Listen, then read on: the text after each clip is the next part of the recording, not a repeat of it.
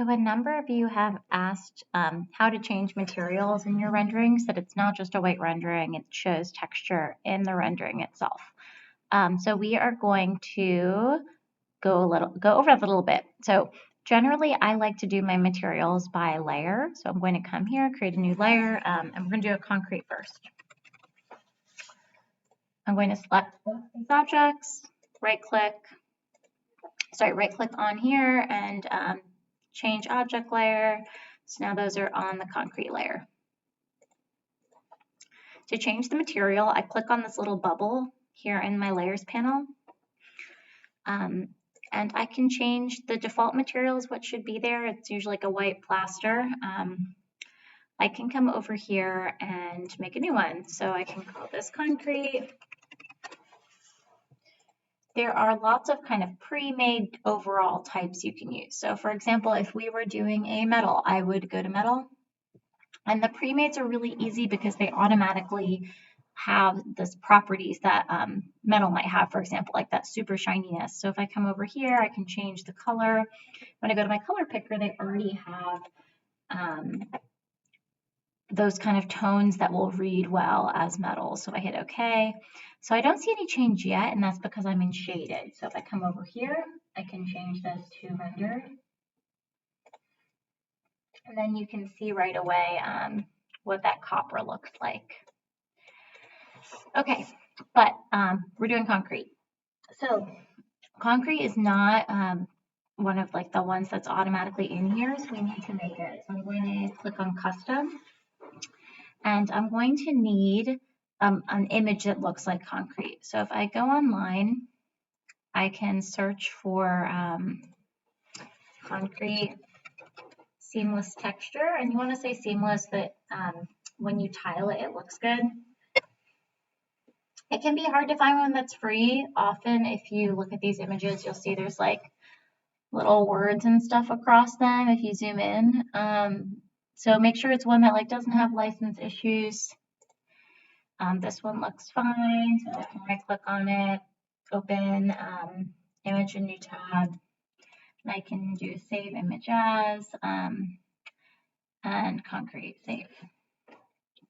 All right, so over here, I'm going to click to assign texture, pick my concrete, and hit open. So it looks like I still have some of the settings left over here from my metal. It didn't like go back. So I can change this. So I'm going to change my reflectivity and bring it back down. I think that's the main one that's making it crazy. And I'm going to bring down my gloss finish to 0 because, well, oh, maybe I'm not. Me in the middle here.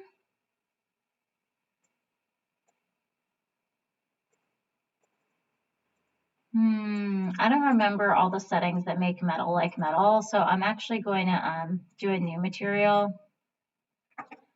make it plaster again.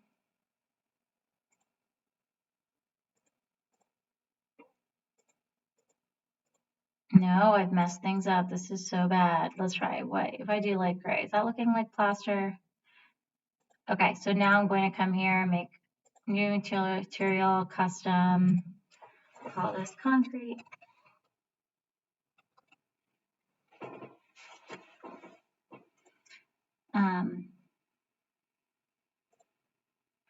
And then, sorry, back to here. So I'm going to come here and assign my texture, hit open, and hit OK. Okay, there we go, and that's looking a little bit better. So it's still looking pretty flat though. It doesn't have any like bump to it, any texture to it. Like if you look at it, it just looks flat. So I want to fake that in. So to do that, you're going to change this one, which is the bump normal. So if I click to assign this texture, I need to make a bump map for it. So a bump map is like a black and white, the same image that has emphasized contrast that you can kind of use to help show where it goes in and out. So I'm going to open up that concrete image in Photoshop. I think I just saved it on here. So I'm going to open this, open with Photoshop.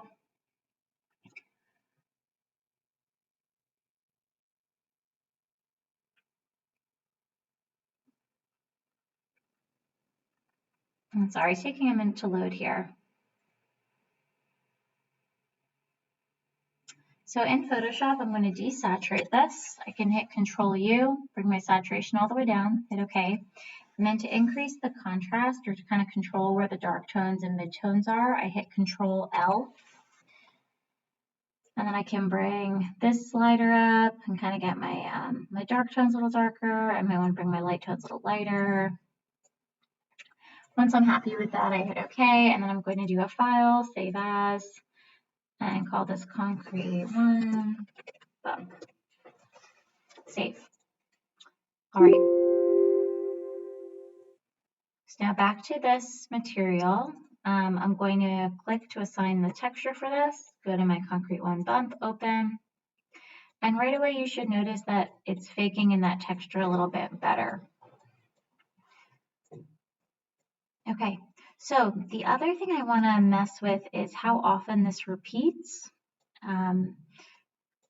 So there's a couple places I can change that. I can fix the mapping, it's called. So the first, if I'm doing it kind of for everything all at once, I can click on here and I can change mapping here. So like the repeat, the offset, the rotation of it. So for example, if I were to change the rotation to 45, you see that it shifts to be 45 degrees there.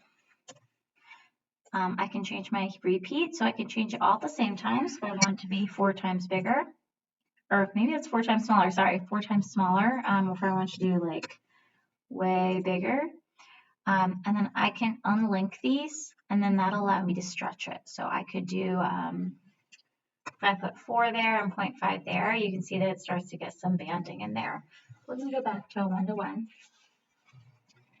And I'm going to link those back up. So the other place that I can affect the mapping is within the object properties itself. So if I select this, come over here to properties, and then over here to texture mapping, I can use these different things to kind of create the map that tells the image where to go. So if you think of it as like wrapping paper, it's like a pattern for the wrapping paper. So if I go to box mapping, I can kind of create the box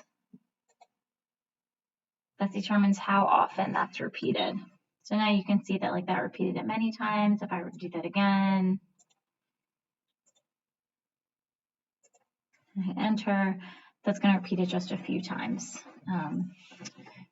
There's also here, there's like for different shapes other than boxes, you might need to use a different kind of mapping. So for spherical mapping, I think that might have already had spherical mapping on it, but you can kind of rotate the texture that way. This is custom mapping for really crazy things. So that's where those mapping controls are. The other thing you could do is like, let's say I wanted to make this like a screen and put like an image, like a screen image on there. So I can go and find an image. I might have one on my computer already I can use. So I am going to, let's say we're putting like a poster on this wall.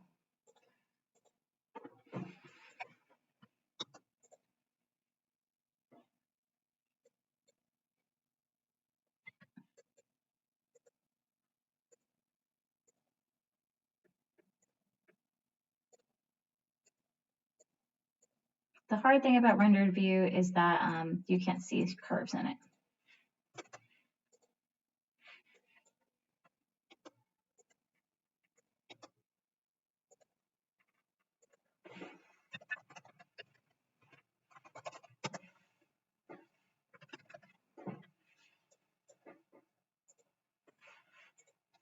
Okay, I'm just moving this out. Okay, so here's my poster on that wall. I'm going to come to my layers, make a new layer, call this poster. I'm going to change this back to rendered.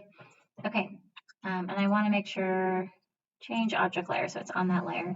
So for this one, I'm going to go back to here. I'm going to get a custom, do another custom material. So use a new material and do custom. And here I can go back over to color, And then I could find a picture to put in. So, pictures. This is my mom's dog, Lisa. So let's say we're putting Lisa up on here. So I can hit OK. And you'll notice that right now that you can't see all of her because the mapping isn't quite right. So if I come over here to texture mapping, I want to use a planar mapping here, or a surface mapping. I think it's a surface mapping, or maybe it's a planar mapping. So I'm going to give it the plane that I want by using those two corners. And it's not happy with me doing that. So I'm actually going to come into a front view to get that to happen. And then hit enter. And that'll apply that so that we just see her once.